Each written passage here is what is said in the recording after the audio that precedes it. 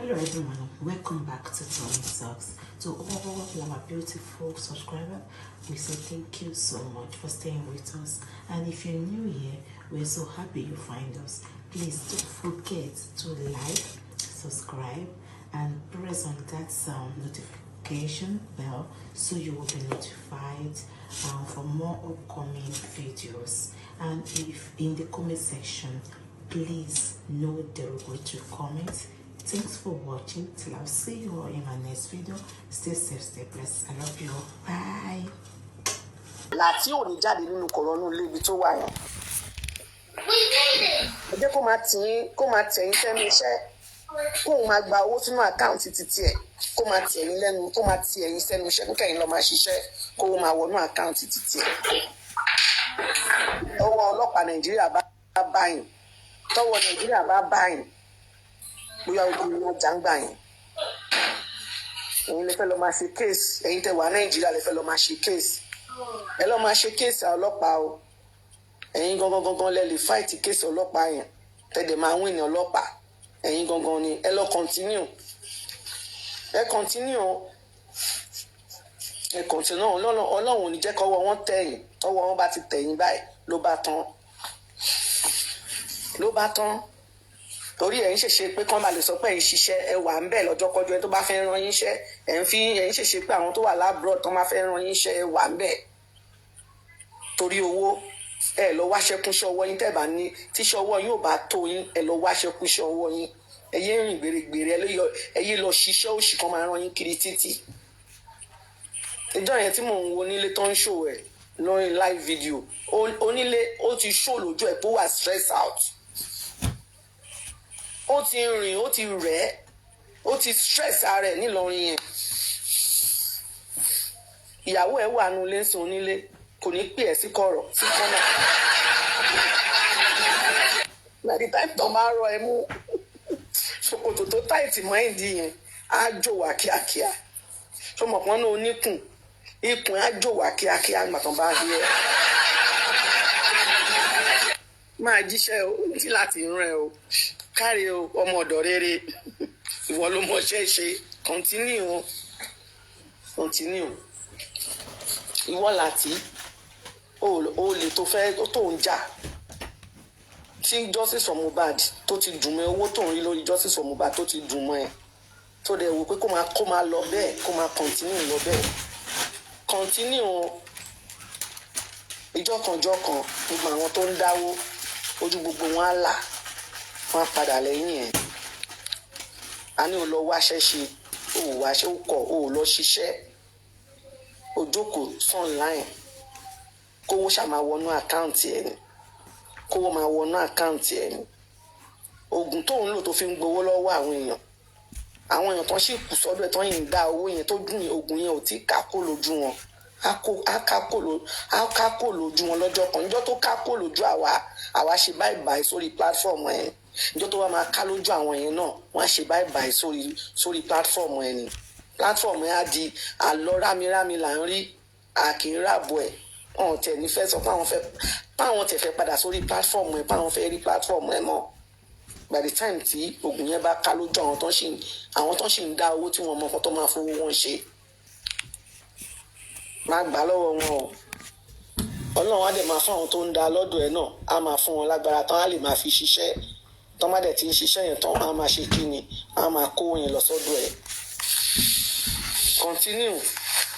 Ìwọ ń sọ pé bàbá Mohbad kó gba bẹ̀rẹ̀kẹ̀tẹ̀ lọ. Ìwọ ṣe sọ fún àwọn Látúnjí kó gba bẹ̀rẹ̀kẹ̀tẹ̀ lọ. Ó lè ní káwọn yẹn gba bẹ̀rẹ̀kẹ̀tẹ̀ lọ. Torí ìkòkò ọbẹ̀ làwọn yẹn ń sìn for now. Ìkòkò ọbẹ̀ ni. Ìkòkò ọbẹ̀ ibi tó lanu sínsìn nìyẹn pé yes owó máa bẹ̀rẹ̀ sí ní wọlé láti bẹ̀ yẹn lọ.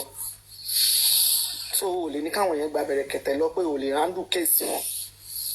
But òun fi wọ́n lọ́kàn balẹ̀ pé kán má worry.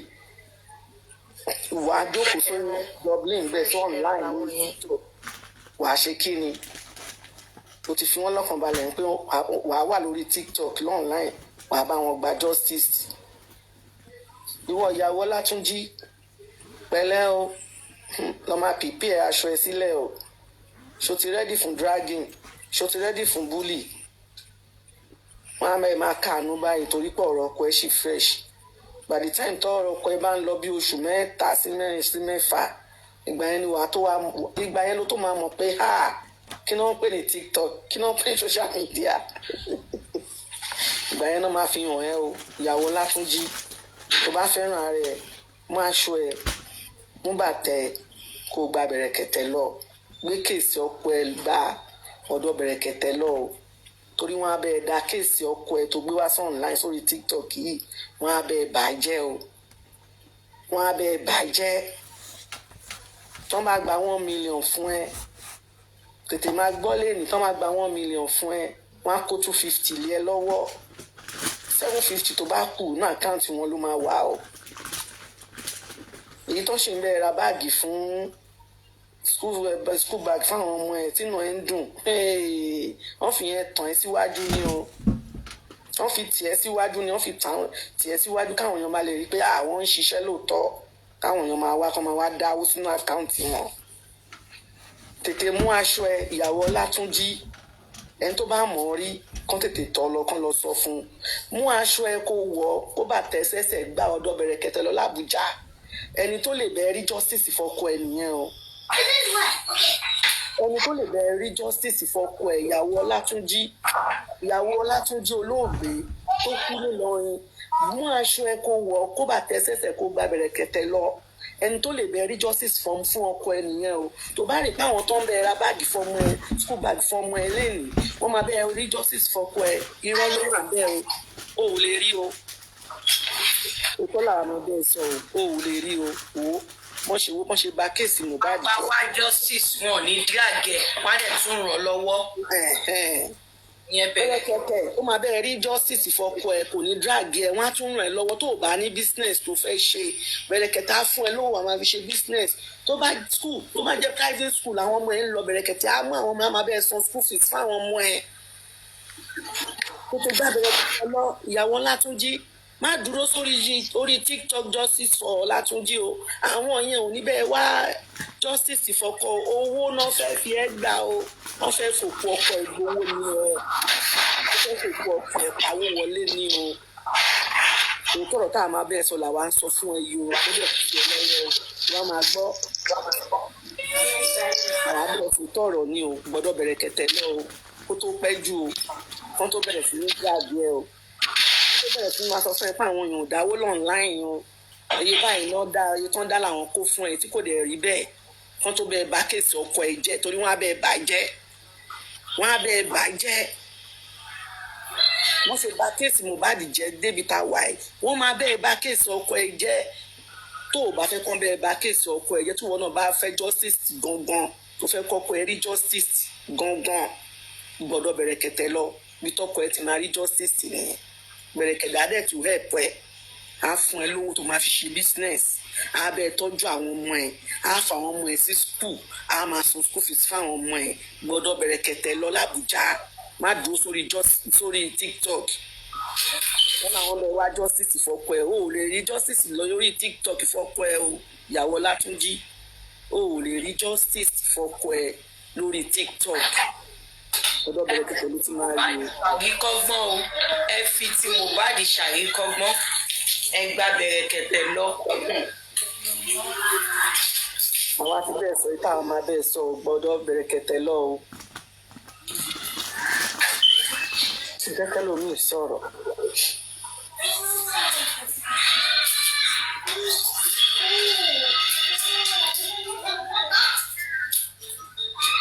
Ẹ kálẹ́ gbogbo ní ìyàwó Látúnjí, like they said to you, the truth must be told. I think if you have not if you did not follow Mohbad case from day one, go and check on Google, go and check on Facebook. How did Mohbad get started? Wọ́n máa sọ fún ẹ àwọn tó involve. Wàá each person's involvement. Kí ni wọ́n participate? Kí ni wọ́n ṣe níbẹ̀? Go and study them. For somebody that wants to do your husband case, to ask Mohbad's father to go to Bẹ̀rẹ̀kẹ̀tẹ̀, do you not think they should advise advise you the same way as well to go to Berekete, because Mohbad case is over a year now. Kí ni wọ́n rí? Platform wo ni money, donation money ti bẹ̀rẹ̀? If you type it there, you will see it. Wọ́n máa gbé gbogbo kíní yẹn wá fún ẹ, kó wá máa wò. Because this case, you need a powerful person láti advocate fún ẹ. Because it's family yín pẹ̀lú ọlọ́pàá Nàìjíríà nílùú tí kò sófin. Ó wá fẹ́ gbé fún ẹni tó wà ní abroad. Àbí common people tí kò ń sí nínú government. Ó ṣe pé bàbá wọn jẹ́ military. Ó ṣe pé bàbá wọn jẹ́ senator. Ó ṣe pé bàbá wọn lágbára kan.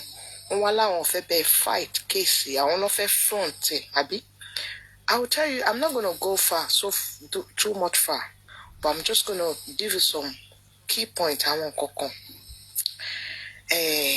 Àwọn tó ń sorry, case yìí ó lọ far gan. At the end of the day, àwọn kankan wà tó máa padà lò against ìyàwó Látúnjí, yourself. Àwọn kankan wà tó máa padà lò against ẹ, because I'm sure wọ́n ti gbọ́ ọ̀rọ̀ nú ẹ. So àwọn kankan wà tó máa padà wá lò against ìwọ gangan fún rẹ, tó yẹ pé o wà ní ráwọn èèyàn tó bá máa wá ráwọn èèyàn tó máa jà fún ẹ. Ó máa wá jẹ́ pé you versus your husband ló máa wá fi ṣe. Wọ́n wá ní sọ pé you, as in your family, you, your husband's family, yourself, your family versus ìjọba mọ́. You versus your husband wá bẹ́ẹ̀ ṣe. Àwa di tíìmù méjì. And go and check history of what has gone wrong on internet. We always have two sides of cases. Kíní kan versus another case ni. Kò ever sí one straight case rí. Mi tí rí ní history of internet. Versus kíní kan ni. Tíìmù méjì ló máa wà. Tíìmù kan máa go against the kan. Tíìmù kan máa go against the kan ni. So if you don't use your brain now to go to Berekete, Ọlọ́mọdé padà spoil the case yẹn, and your husband will not forgive you guys, especially the family, because ẹ máa láti rò pé àwọn ọmọ wà involved. Àwọn ọmọ yìí gangan ló need the justice. So nígbà tí Alhaji Oriyomi máa ṣe ti case Timothy tó fi rí justice, Alhaji Oriyomi was registered, and it was not first case that he would do. So he know the button he has to press. Are these people ready to press the same button with you? Or ẹ kò fẹ́ fi lawyer ṣe? And you need to realize that lawyer, ọ̀rẹ́ ara wọn ni wọ́n. Wọ́n máa ń jẹ́ ọ̀rẹ́ ara wọn.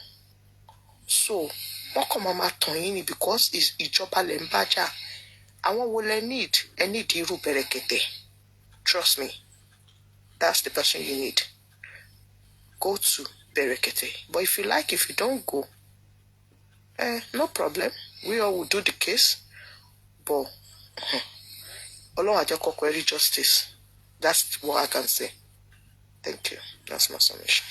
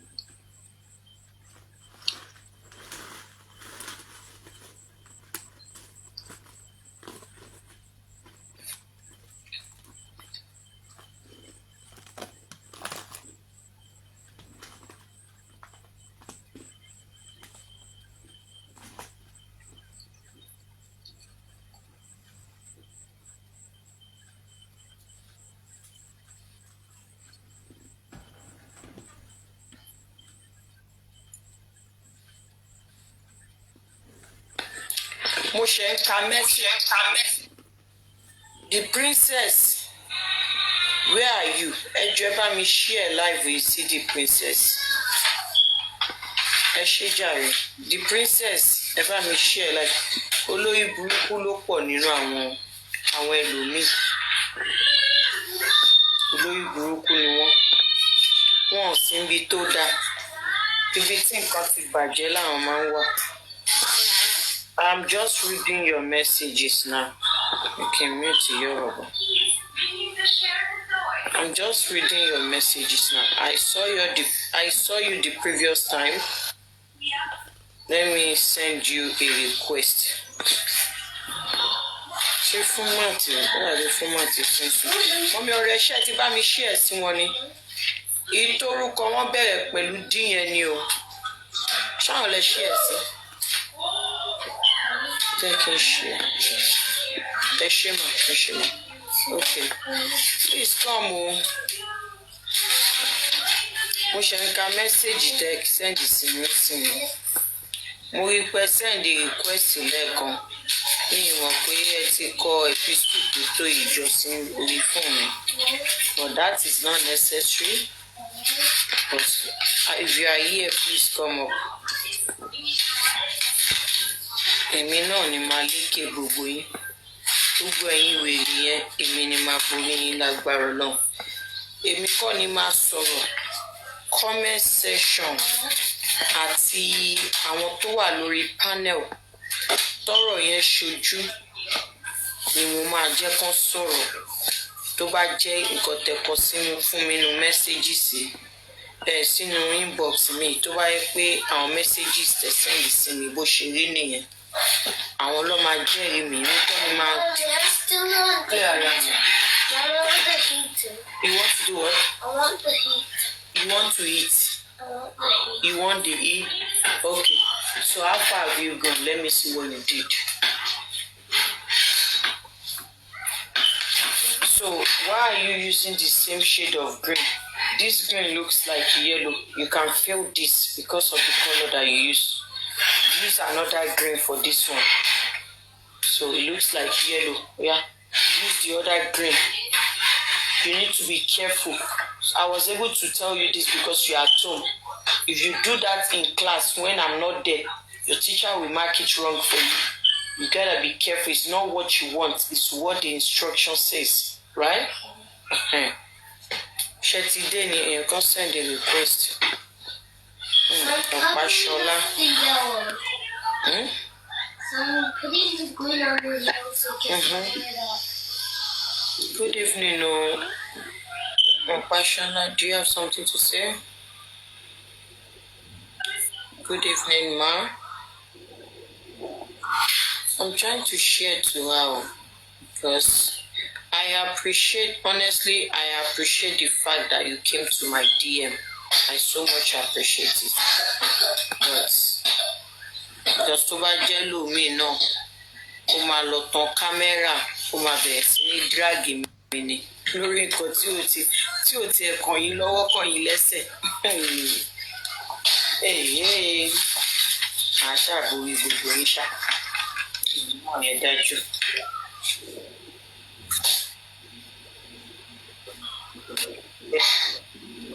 Èmi ni máa borí gbogbo yín o.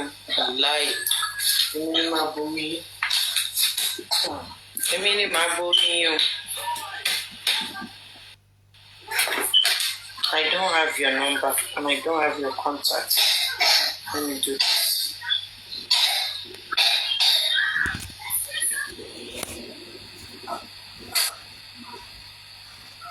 TikTok, she need láti update for me so that way people will be. Hi, Mama. Hi, Mom. What is American term for logo? So that people will be able to make calls like Facebook Messenger or TikTok. I need lots of upgrade. I don't know if she's not here.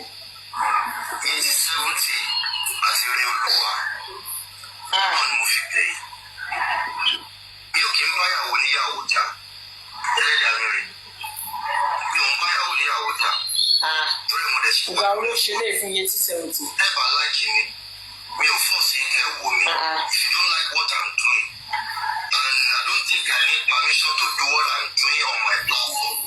ìgbà wo la ti ṣe lè fún àwọn 87 ṣé ìyàwó 87 lọ́yìn. ògùn ṣe ń wò mí mi ò bá ìyàwó níyàwó jà mi ò kí ń bá ìyàwó níyàwó jà because gbogbo àwọn fídíò tí wọ́n kọ́ ti wá fún mi tí mo gbọ́ mi ò rò pé bóyá ìyá sí nígbà tí tẹ́lẹ̀. ìgbà ni iye tí 70 àti àtijọ́ fàgbọ́ tó tó yìí èmi ò bẹ̀rẹ̀ ṣí ẹ̀.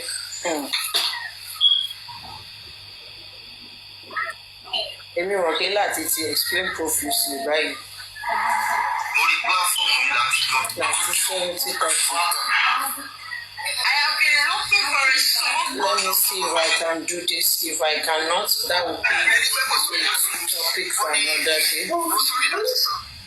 Tí accident bá ṣe Ẹ jẹ́ kí n pè táwọn é èèyàn wá padà sókè. tẹ̀lé tọ́sí bleed tọ́sí live wọ́n á máa ya fọ́tò yìí yẹ ní pé.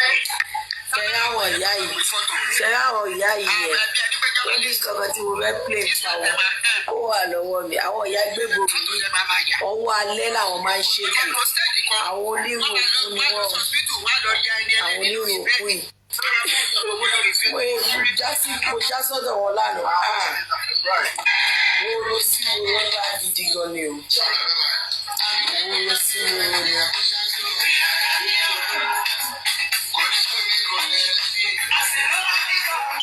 Ilé dẹ́tà wà mú ilé dẹ́tà mú kan fi dání. Ó yẹ kẹ́ mú kan fi dání náà. Ẹ ó dọ̀ ẹ́ jẹ́ kí n ṣe kínní tí ò bá ti tábà tí yẹn ṣe. Àǹtí Tẹ́ní pẹ̀lú ẹ̀fíìsì. Àbí òun. Ọmọlógo tó ṣá àǹtí Tẹ́ní ọmọlógo tó ṣá prampa. Birthday dinner kí ló ṣẹlẹ̀ gangan? Birthday dinner. Owó mọ̀mísí Florida ibú owó. Ọmọjọ dádì. Alákọ̀ọ́kẹ́ tó gbá ski. Àwọn àkọ́kẹ́ ò àgbẹ̀yìn náà. Alákọ̀ọ́kẹ́ tó gbá ski. Me, I don't know. I just love the woman. I don't know why I love her. Maybe because she's hardworking and she's supportive. So, if you have a issue with that, argue with your keypad.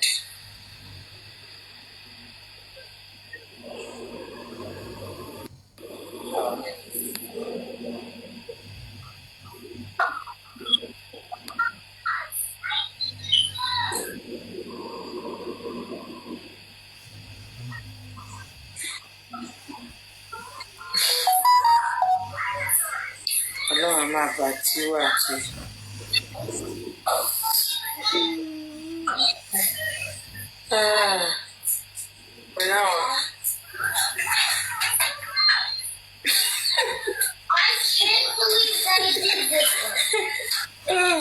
Mr. Hasan Joseph yìí báyìí mi mọ bí tí mo ti rí wọn. Mi lè po diehard fan mi ni wọ́n lórí Facebook. Mommy, can you turn that on? Turn that on. Just hold on. Okay, ẹ jẹ́ kí n pe ẹni tí mo fẹ́ pè. I don't have a number, but let me try this way.